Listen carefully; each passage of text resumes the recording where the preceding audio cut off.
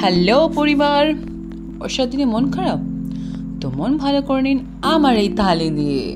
হ্যাঁ, খিচুড়ি, ইলিশ মাছ ভাজা, বাঁধাকপির পকোড়া, আর একটা স্পেশাল ইনগ্রেডিয়েন্ট, সেটা হচ্ছে কারি পাতা আর পেঁয়াজ ভাজা।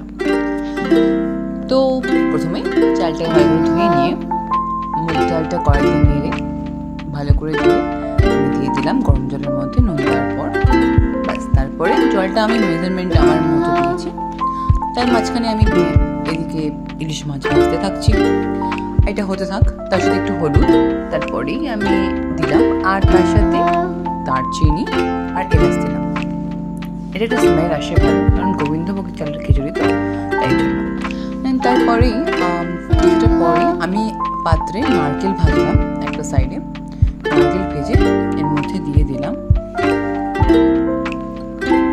দেন এরপরে আলু ভেজে আর বাঁধাকপিটা কষিয়ে ভালো করে সেটা দিলাম। বাঁধাকপি কষানোর জন্য আদা রসুন বাটা, টমেটো আর কাঁচা লঙ্কা, জিরে ধনে ইউজ করেছিলাম। নুনটা স্বাদ মতো আমি দিয়েছিলাম, অল্প পরিমাণে দিয়েছিলাম কারণ কিছুটা নুন আছে তাই জন্য। আর হ্যাঁ, নুন মিষ্টি ঘিয়ের পরিমাণ ঠিক না হলে খিচুড়ি কিন্তু স্বাদ লাগবে না।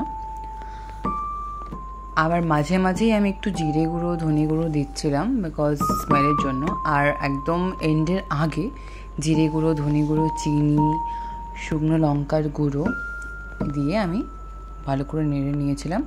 আর ফোড়নের জন্য শুকনো লঙ্কা, তেজপাতা আর জিরে ধনে, মানে কালো জিরে আর ধনে একটু তেলে নেড়ে দিয়ে দিয়েছিলাম। আর লাস্টে একটু ঘি দিয়ে দেন আমি নামিয়ে দিয়েছিলাম, হয়ে গেল।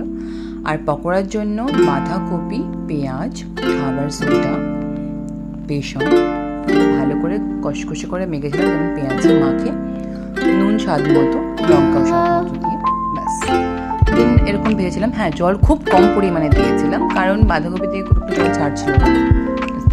আর পেঁয়াজ আর কারি পাতাটা ভাজার জন্য পেঁয়াজ, কারি পাতা, অল্প পরিমাণে জোয়ান আর তার মধ্যে চাট মশলা, দেন সার্ভ ইট। আপনারা গরম গরম খেলে আর থ্যাংক ইউ।